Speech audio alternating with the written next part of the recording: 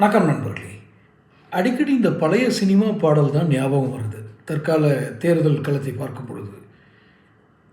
ஏற்கனவே அதை பற்றி 2 பதிவு போட்டிருந்தேன். ஒரு பாட்டுடைய சில பகுதிகள் எனக்கு ஞாபகம் வந்து கொண்டே இருப்பதால் அதை தங்களோடு பகிர்ந்து கொள்கிறேன்.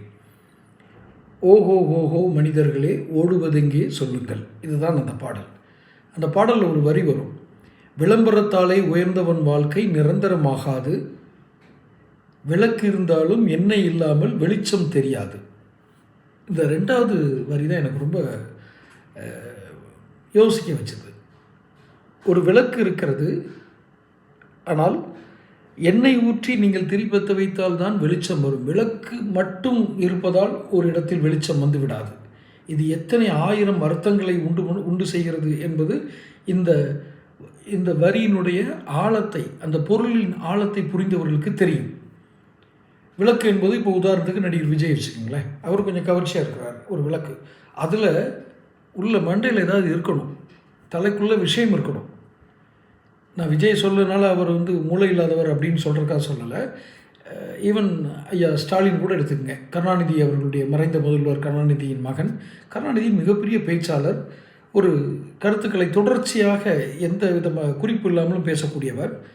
ஆனால் அவருடைய மகனான ஸ்டாலின் கருணாநிதிங்கிற ஒரு விளக்கு தான் அங்கே இருக்குது. இங்கே ஸ்டாலின்கிட்ட ஒன்றும் பெரிய விஷயங்கள், சித்தாந்தங்கள் இல்லை.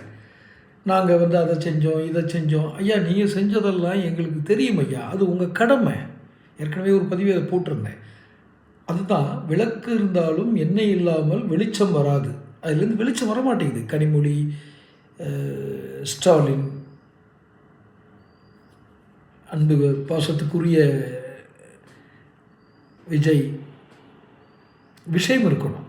ரொம்ப ரொம்ப கம்மி விஷயம் இல்லை இருக்கிறவங்க, ரொம்ப ரொம்ப கம்மி.